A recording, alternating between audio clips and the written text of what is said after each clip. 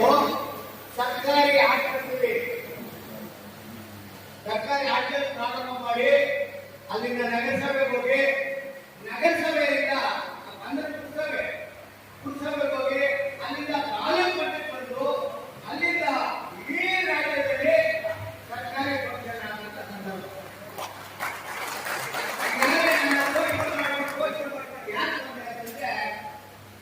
ಇಲ್ಲಿ ಏನು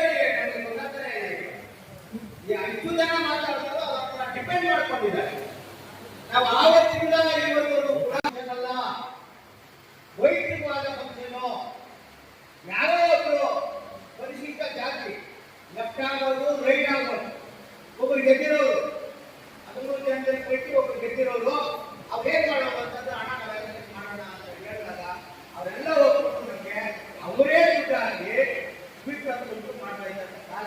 ಈಗ ಸರ್ಕಾರದವ್ರು ಮಾಡ್ತಾರೆ. ನಿಜವಾಗ್ಲೂ ನಾವು ನಮ್ಮ ಬುದ್ಧಿಯನ್ನ ನಾಳೆ ಕಟ್ಕೋಬೇಕು. ಕಾರಣ ಏನು ಅಂತಂದ್ರೆ ಈ ಒಂದು ನಾವು ಪ್ರಾರಂಭ ಮಾಡಿದ ಫಂಕ್ಷನ್ಗಳು, ಸಂಘಟನೆಗಳು ಪ್ರಾರಂಭ ಮಾಡಿದಂತ ಫಂಕ್ಷನ್ಗಳು ಇವತ್ತು ಸರ್ಕಾರದವರು ಮಾಡ್ತಾ ಇದ್ದಾರೆ. ನನಗೆ ಭಾರಿ ನೋವಾಗ್ತದೆ. ನನಗೆ ಕೆಲವು ವಿಷಯವನ್ನು ಮಾಡ್ತಾರೆ. ಆರಂಭದಲ್ಲೇ ಹೇಳಿದೆ, ಬುದ್ಧನಿಗೆ ಜಯವಾಗಲಿ, ಬಸವನಿಗೆ ಜಯವಾಗಲಿ, ಅಂಬೇಡ್ಕರ್ ಅವರಿಗೆ ಜಯವಾಗಲಿ ಅಂತ. ಕಾರಣ ಏನಂತಂದ್ರೆ ಬುದ್ಧ ಬಸವ ಈ ಫೌಂಡೇಶನ್ ಆಗ್ದೇನೆ ಇಟ್ಟಿದ್ರೆ ನಾವು ಇಲ್ಲಿವರೆಗೂ ಇಂಥ ಪಾಯ ಅವ್ರು ಹಾಕೊಟ್ಟಂತ ನೀತಿ ನಿಯಮ ಎಲ್ಲದರ ಮೇಲೆ ಕೂಡ ಬೇಸಿಸ್ ಮೇಲೆ ನಾವು ಬಂದಿದ್ದೀವಿ. ಇವತ್ತು ಅಂಬೇಡ್ಕರ್ ಮತ್ತು ಬಾಬು ಜಗಜೀವನ್ ಅವರ ಜಯಂತಿಯನ್ನ ಒಟ್ಟಿಗೆ ಮಾಡಬೇಕು. ಯಾವುದೇ ಕಾರಣಕ್ಕೂ ನಾವು ಒಡೆಯಕ್ ಬಿಡಬಾರ್ದು. ಬಿಟ್ರೆ ಈ ಒಂದು ದೊಡ್ಡ ಬಿರುಕು 100 ವರ್ಷಗಳಾದ್ರೂ ಯಾರ ಕೈಲೂ ಸರ್ ಮಾಡಕ್ಕಾಗಲ್ಲ.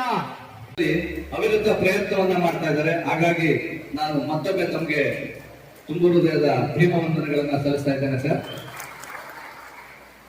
ಬಹುತೇಕ ನಮ್ಮ ರಾಜ್ಯದ ಅಧಿಕಾರಿ ವರ್ಗ, ಅಧಿಕಾರಿ ಶಾಹಿ ಏನಿದೆ, ಒಡೆದು ಆಳುವ ಡಿವೈಡ್ ಅಂಡ್ ರೂಲ್ ಪಾಲಿಸಿಗೆ ಕಟ್ಟು ಬಿದ್ದಿರ್ತಾರೆ.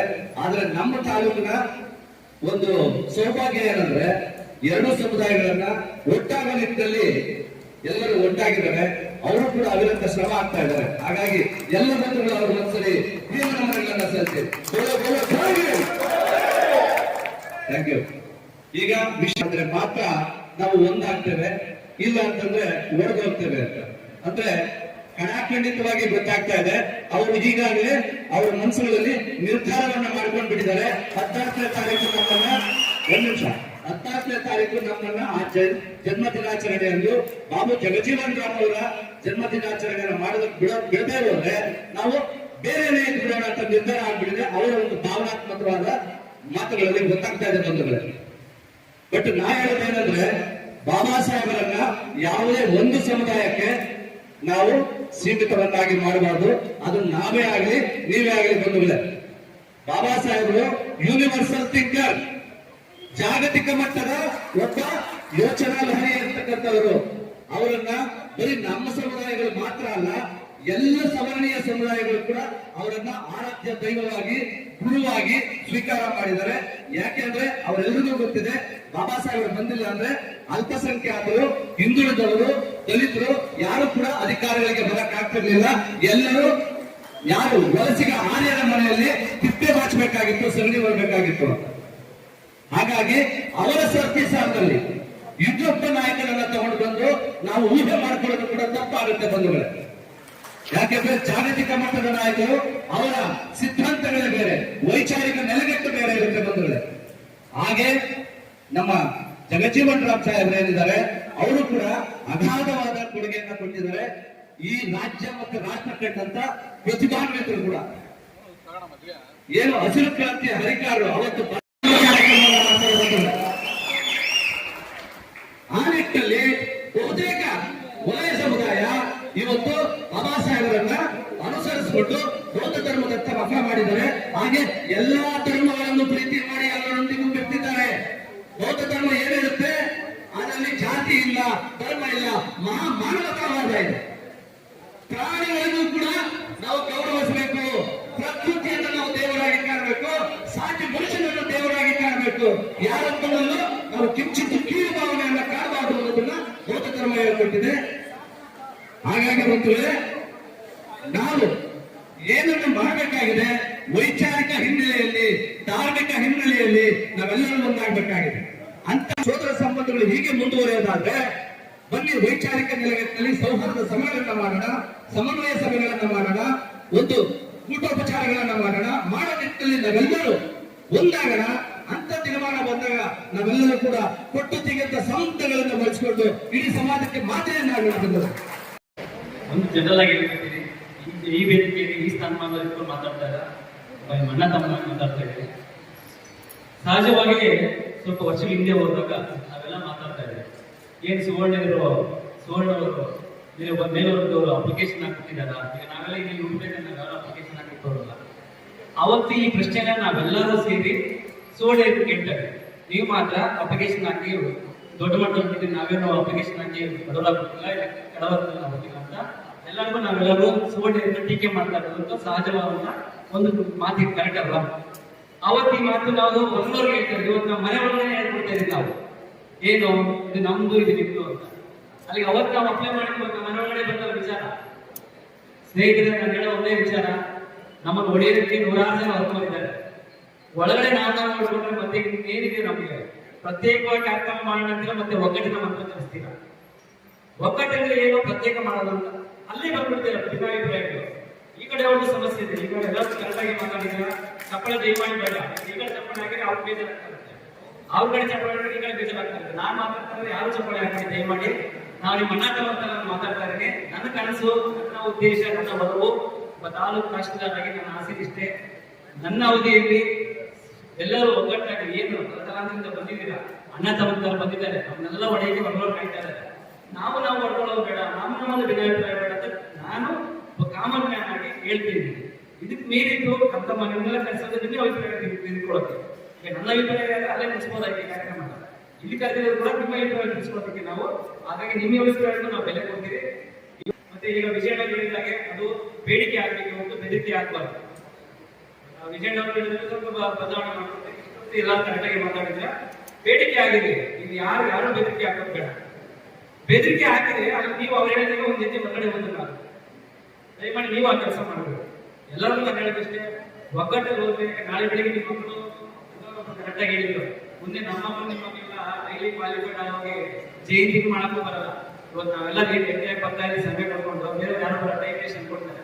ಮುಂದಿನ ಜನರೇಷನ್ ಅಟ್ಲೀಸ್ಟ್ ಈ ಅವಧಿಗಳಲ್ಲಿ ನಾವೆಲ್ಲ ಒಗ್ಗಟ್ಟಲ್ಲಿ ಮಾಡೋಣ ಅಂತ ನಮ್ಮ ಆಸೆ ಇದೆ, ಕೂತಿರೋ ಎಲ್ಲ ಆಸೆ ಇದೆ. ಆದ್ರೆ ನಿಮ್ಮ ಆದ್ಯತೆಗಳಿಗೆ, ನಿಮ್ಮ ಅಭಿಪ್ರಾಯಕ್ಕೆ ನಾವು ಬೆಲೆ ಖಂಡಿತ ಕೊಡ್ತೀವಿ. ಇದನ್ನ ಮೀರಿ ನಾವೇನು ನಿರ್ಧಾರ ತಗೊಳ್ತೀವಿ ಅದನ್ನು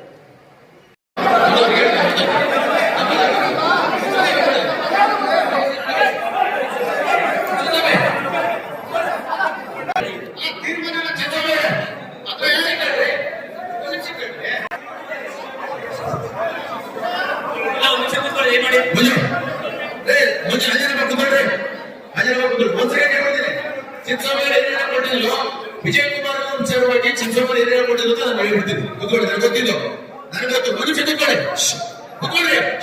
ಈಗ ಒಂದ್ ಸೆಕೆಂಡ್ ಇರಿ, ಒಂದು ನಿಮಿಷ ಕೂತ್ಕೊಳ್ರಿ. ನಾನು ಆಲ್ರೆಡಿ ತೀರ್ಮಾನ ಮಾಡಿದ್ದೀವಿ.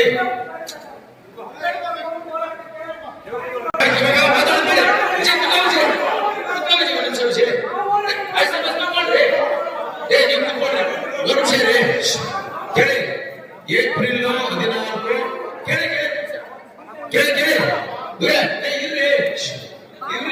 ಬಾಬಾ ಸಾಹೇಬ್ ಅಂಬೇಡ್ಕರ್ ಮಾಡಬೇಕು ಅಂತೇಳಿ ಭಾರತ ಸರ್ಕಾರದ ಆದೇಶ.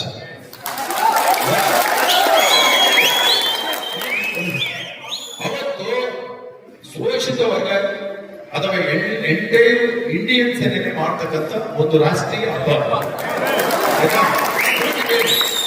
ಅದೇ ರೀತಿ 5ನೇ ತಾರೀಕು ಬಾಬಾ ಜವಾಹರ್ಲಾಲ್ ಬರ್ತಕ್ಕಂಥ ದೇವರ ದೊಡ್ಡ ಜಯಂತಿ. ಅವರು ಭಾರತದ ಸ್ವತಂತ್ರ ಹೋರಾಟ ಘೋಷಣಾ ಸಮುದಾಯವಾಗಿ ಹೋರಾಟ. ಆಯ್ತಾ? 5ನೇ ತಾರೀಕು ಬಾಬಾಜಿ ಸಾಹೇಬರು ಹಬ್ಬ ಮಾಡಬೇಕು. 14ನೇ ತಾರೀಕು ಅಂಬೇಡ್ಕರ್ ಜಯಂತಿ ಮಾಡಬೇಕು. ಆದ್ರೆ ಹೇಳಿ, ಸಂಪ್ರದಾಯ ಇದುವರೆಗೂ ಸಂಪ್ರದಾಯ ಅಂಬೇಡ್ಕರ್ ಜಯಂತಿ ದಿವಸ ಎರಡನ್ನೂ ಮಾಡತಕ್ಕಂಥ ಸಂಪ್ರದಾಯ ಬೆಳೆದಿದೆ.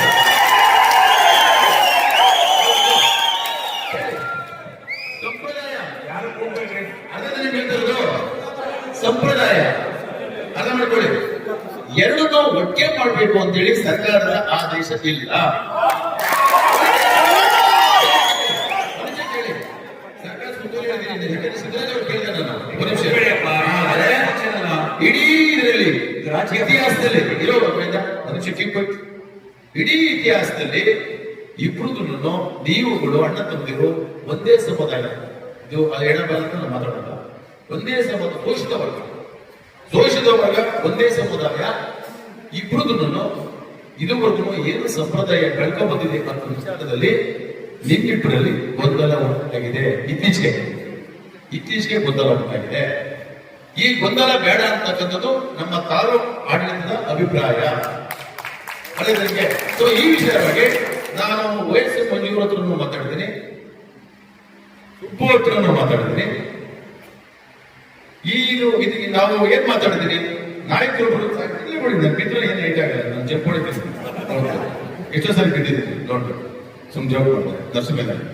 ಈ ವಿಚಾರವಾಗಿ ಸಮುದಾಯದ ಮುಖಂಡರು 1 ಜನ, ಸಮುದಾಯದ ಮುಖಂಡರು 10 ಜನ ಸೇರಿಕೊಂಡು ಇನ್ನೊಂದು ಸಾರಿ, ಯಾಕಂದ್ರೆ ಇಲ್ಲಿ ನಾವು ಏನೇ ತೀರ್ಮಾನ ತಗೊಂಡ್ರು ಒಂದು ಸಮುದಾಯ ಬೇಡ, ಒಂದು ಸಮುದಾಯ ಬೇಕು ಅನ್ನೋ ಒಂದು ಇದನ್ನ ಬೆಳೆಸ್ಕೊಂಡೆ. ಆಗ ನಾವು ಒಂದು ಚಪ್ಪಳೆ ತಟ್ಟರೆ ಒಂದು ಧಿಕ್ಕಾರ ಕೊಡ್ತಾರೆ, ಒಂದು ಧಿಕ್ಕಾರ ಕೊಟ್ಟಿದ್ರೆ ಒಂದು ಚಪ್ಪಳೆ ತಟ್ಟರೆ. ಸೊ ಇಂಥ ವಾತಾವರಣ ತಾಲೂಕುಗಳಿಂದ ಶಮನ ಮಾಡಬೇಕು. ಗೊಂದಲ ಸೃಷ್ಟಿಸೋದು ಬೇಡ, ಅಧಿಕಾರಿಗಳು ಗೊಂದಲ ಸೃಷ್ಟಿಸೋದು ಬೇಡ. ಹಾಗಾಗಿ ಮುಜು 10 ಜನ ಒಂದು ಹೇಳಿದ 4ನೇ ತಾರೀಕು ಸಂಜೆ ಬಂದ್ರೆ ಅವತ್ತು 10 ಜನ ಶುಭ ಸೇರ್ಕೊಂಡು ಮಾತಾಡ್ತಕ್ಕಂಥದ್ದು ಒಳ್ಳೇದಂತ ನನ್ನ ಅಭಿಪ್ರಾಯ. ಈಗ